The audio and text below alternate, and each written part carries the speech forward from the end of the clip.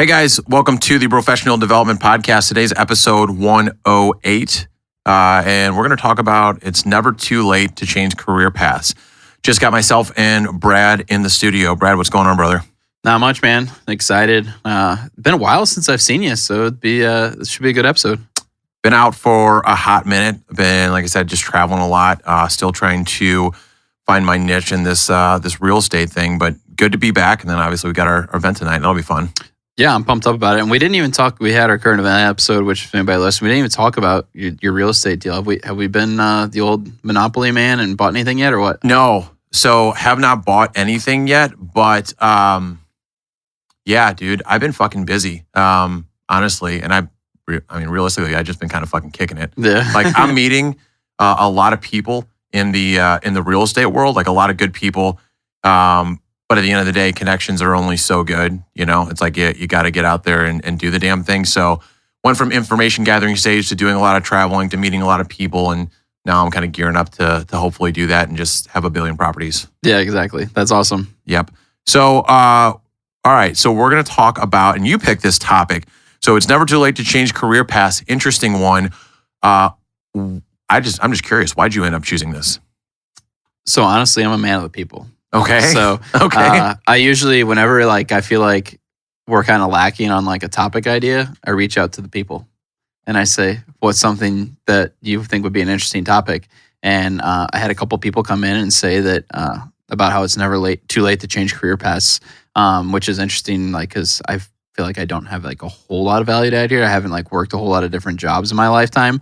But I feel like I have a lot of value to add on how to push somebody to like actually change and do what they want to do. Well, and you have the insight into the difficulty of making that transition. Yeah. Right? Like obviously you weren't super late in your career path, but at the end of the day, it's going from I'm doing one thing, set on one thing, this is what I'm building my whole career around, to shit, I got to flip the script. So it'll be interesting to hear what you have to say. But before we get into it, that's a good idea. Like I think we should start putting up regular stories and just ask, like, if you're a listener or you're interested in our podcast, what's one thing that you would like to hear about between personal and professional development?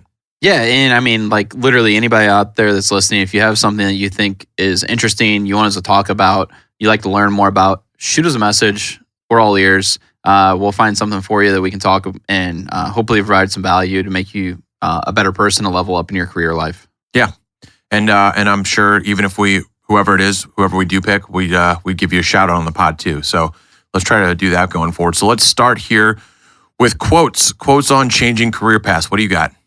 So this one I feel like can be interpreted a lot of different ways. It's a Warren Buffett quote, and it is, in a chronically leaking boat, energy devoted to changing vessels is more productive than energy devoted to patching leaks. So I feel like this could be associated with you're having issues at work, you're having problems on a task, whatever it may be. I feel like eventually you got to look at it and be like, okay, is it worth trying to fix this anymore, or is it time to start something new? And I feel like there's a lot of people that live their entire lives without ever doing something new, and they just sit there and they kind of live a miserable existence of, okay, well, I'm going to get by because, this job's been good to me, or this has been fine overall. And if I have to go do something new, it's going to be really, really hard, and I don't know if I can do it. And we'll dive in a little deeper on why I think that all those are kind of excuses. But that's what I have for my quote today. What do you have? Yeah, so kind of similar, and it's a Gary Vee quote. So the Gary Vee quote is, we have to change the conversation in our society of what success looks like. It's not to make $1 billion. Brad just got triggered. It's to wake up in the morning and be in a good mood. So this is kind of like what you're talking about with the Warren Buffett thing. So directly correlated, even though it's not talking about careers necessarily, it's directly correlated to what you're doing in your career. There should be no price tag on happiness and fulfillment. And if you take a pay cut starting out to switch careers, but you can actually see a path to like, hey, I can make as much or exceed that, then you have to fucking do it. Because like starting over and being like the new person for a couple of years in terms of compensation or status or whatever, and then balling out for 10, 20, or 30 years doing shit you love is way better than doing 10, 20, 32 years of something that you fucking hate. Yeah. Especially if it's a job. It's something that you're going to be doing for 8+ hours a day. Yeah. I mean, so why do you think it seems to be more difficult for people to change careers as they get older? So I had a couple of things here. And I think these probably, these next two questions we have are just going to be the same thing, but we'll just lump them together. To me, money, right? You typically have to start at a lesser salary. And that can obviously be difficult for people, especially if you have a family that you provide for and have like a lifestyle you're accustomed to.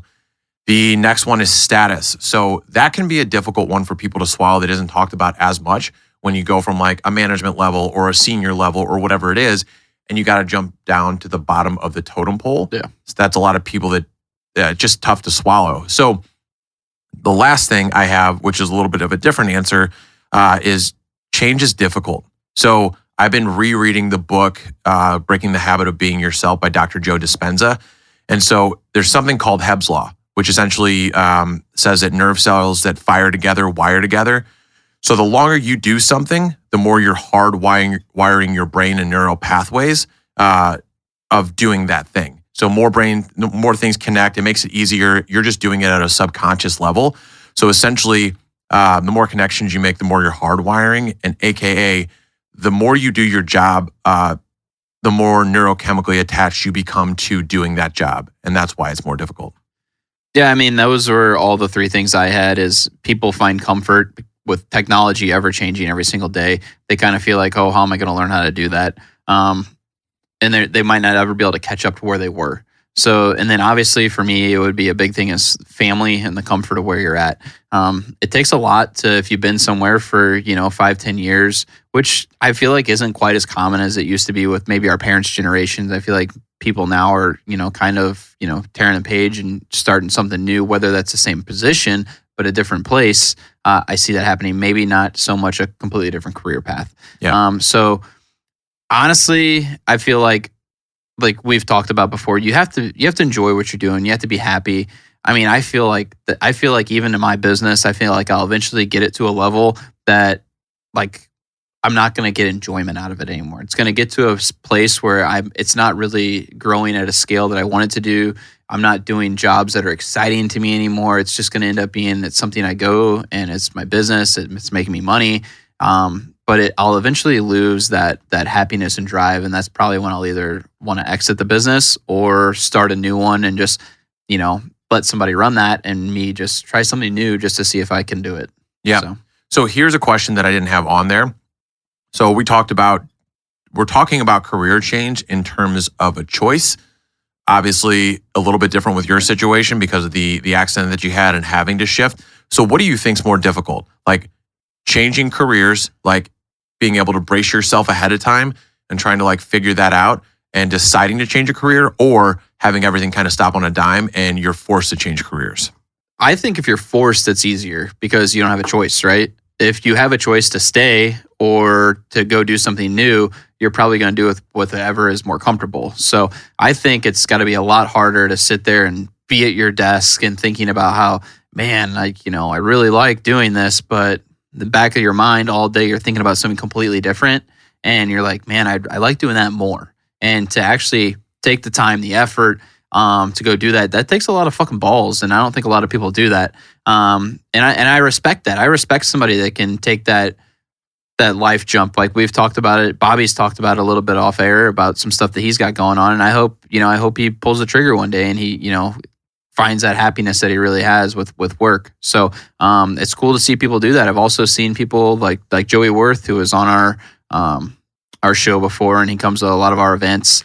He started a business that seemed to be going really well. COVID came and kind of fucked him. You know, he didn't really have a choice, and he changed career paths, and I think he really, really enjoys what he's doing right now. And I don't know if he would probably trade that. So it's interesting to see the different dynamics.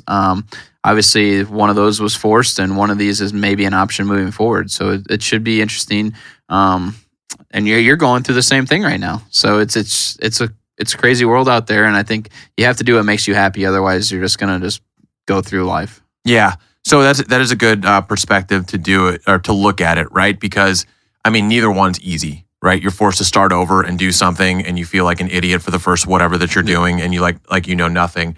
But I guess, yeah, in your case, the Band-Aid was ripped off for you, as opposed to somebody like sitting there and looking at it like, I can do this, but I could do this today, or I could do this tomorrow, or maybe the next day, and putting it off. Yeah.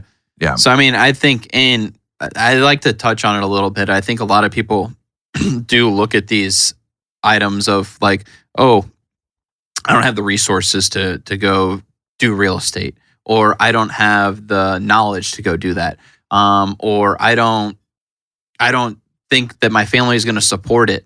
Well, you have to like look at it and be like, all these things right now in the world is the easiest time to learn any sort of knowledge. You can literally sit on YouTube, listen to podcasts, read books, and you can jam in a 4-year degree in a month. You know, so to think that you can't learn how to do something is very foolish. And if that's a hang up for somebody, they need to kind of get over it. If money is the hang up, there's people that have built super successful businesses with no money. There's people who have created huge real estate portfolios with no money, right? Sam Prim, $40 million rental portfolio, is using literally $0 of his own money. Yeah. So, I mean, money shouldn't be an excuse either. What people need to do is they need to just realize that the most precious commodity we have is time. Time doesn't care what you decide to do. It just keeps ticking along every single day. So I think that if you're worried about your age, you're not going to get any younger. So why wait for tomorrow? The best time to start is today. So I think anybody out there that's listening, if you're not happy with what you're doing, if you feel like there's a passion that you have that you can make a living, that's not going to put you in the level where you can't make your house payment or can't keep up with bills, take that pay cut, learn how to do that skill, and grow from there and be happy with what you're doing. Yeah. So did you just kind of jump to like advice that you might give people? Because I'm happy to piggyback off that a little bit, unless you've got something separate. No, I mean, that's pretty much like the advice I have for people, just because I feel like we talk about like these factors that are there, but they're kind of like limiting beliefs where people are like, okay, they can't get past it because, oh, I don't have any money, or, oh, I don't have the knowledge to do it. And I feel like it's just like a right time to kind of like, no, there's always the right time. There's always going to be an avenue to be successful. And I feel like that's one of the biggest hangups for people is they just don't take that leap of faith and trust themselves, essentially. Yeah. And so going off of yours, when you talked about like there's YouTube videos, there's, Tony Robbins put it best, and I'm sure he took it from somebody, but it's not a lack of resources. It's a lack of resourcefulness. Yeah. Right? Like there's so much shit. It's easier to become successful. It's actually the only thing that holds people up right now is information overload, because there's so much shit and information out there. But if you take the time, like after work or whatever it is that you have your full-time job, like you can learn this shit. It's like, that's how, when I was building a recruiting business, that's how I was able to do real estate on the side. I just realized down the road, I was like, man, I love listening to real estate and learning about real estate more than I like recruitment. And then the other piece is the other side is like the Ben Newman method, right? It's like, you don't know what you want to do, right? But you think that there's something that you like. It's like, sit there and research whether or not you can make money on it. Yeah. And Ben Newman says, start out putting 1 hour a day after work, every single day after work.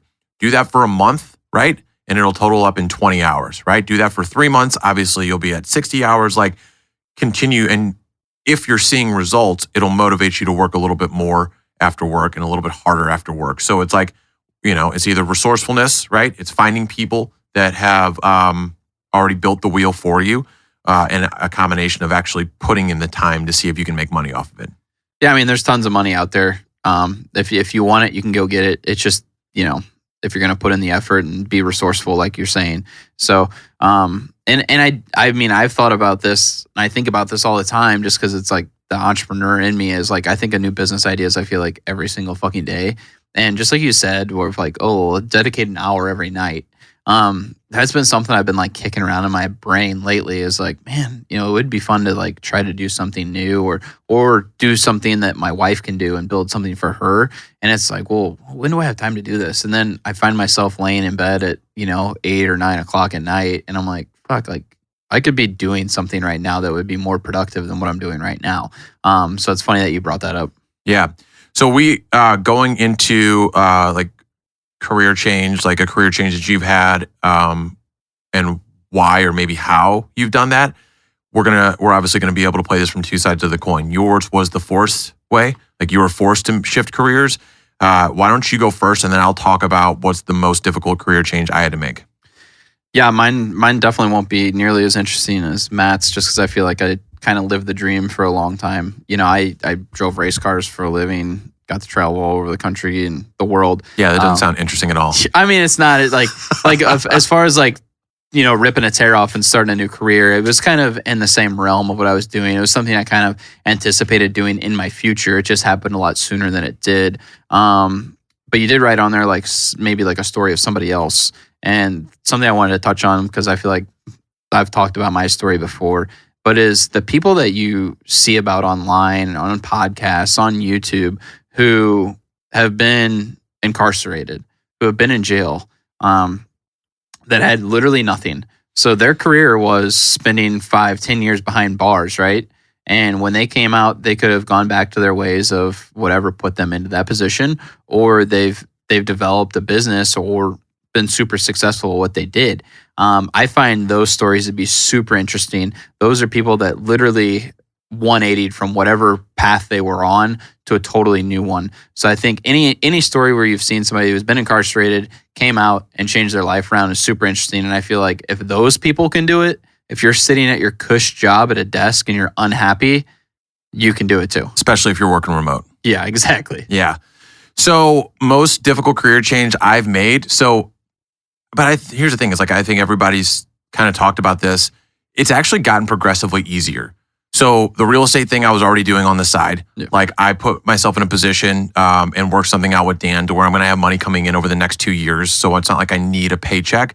So there's not that sense of desperation, which good and a bad thing, right? Yeah. Because it's a good thing because I do have money coming in. It's a bad thing because I feel like I don't have as much, right now, I don't have the fucking, let's go, let's fucking get this drive.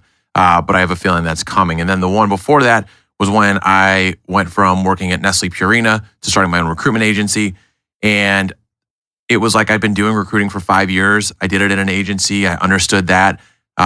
I learned how to, the corporate side of things too, built some good relationships, read a book, the Tim Ferriss book that helped me negotiate a half work from home schedule. And so I was able to transition that pretty solidly. It was difficult, right? There's just so much information you need to know about taxes and, filing for an LLC. Not all difficult, but just a lot of little shit that adds up.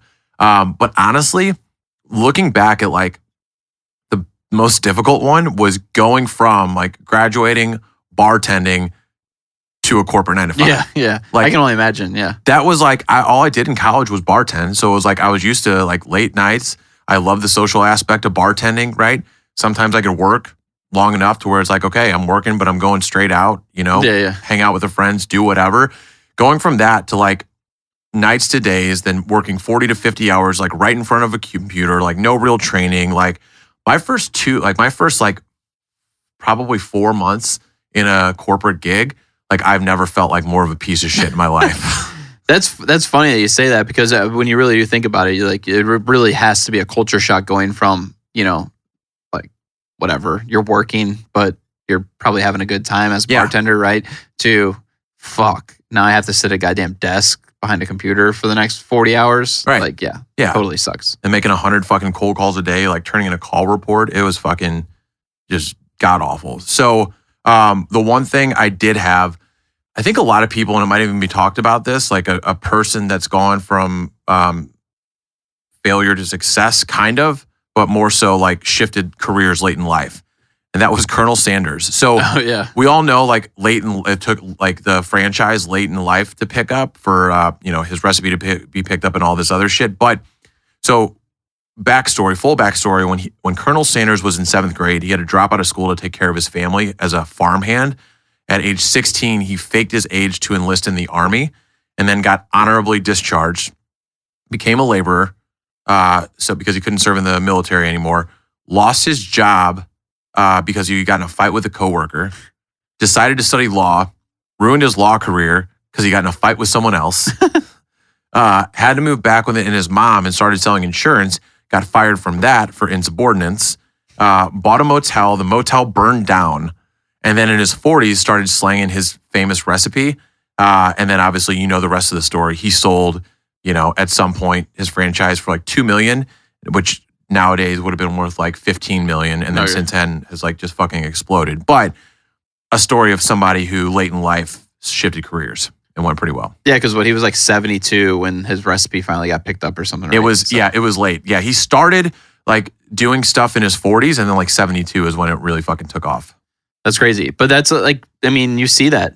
People who waited forever and finally chased their dreams. And I feel bad for those people because I feel like they never really got to enjoy the money that they did earn then. Yeah. It's like, fuck, like if you would have just done this 30 years sooner, 40 years sooner, really follow your dream and taken after it, you could have done it. And something that I think I can't believe we actually didn't talk about at all is how quickly you can become successful now with the short form media like TikTok, Instagram Reels. You can show one of your products or your ideas right now. If that fucking shit blows up on Instagram or TikTok, you're instantly set. Me and Dan have a girl who we went to high school with who basically became TikTok famous and YouTube celebrity just from posting some videos of the business that she does now. So it's impressive.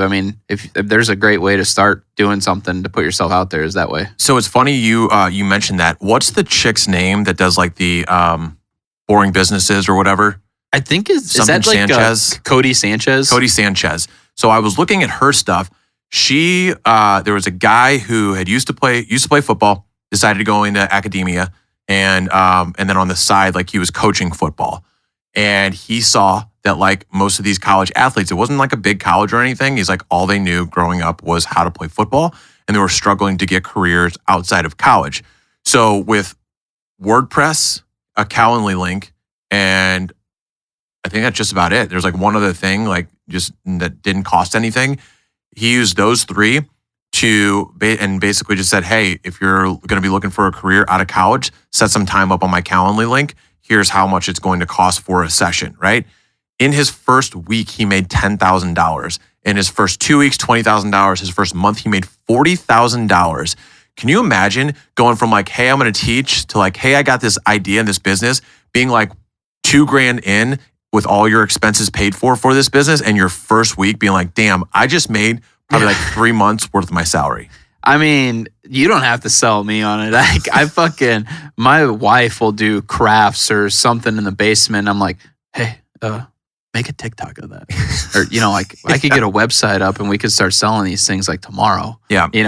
So you don't have to sell me on it. I think it's impressive. I think there's a guy who I guess was just trying to help somebody, obviously something he was passionate about, and ends up fucking killing it in business. So hats off to him and anybody else who takes that leap. Yeah.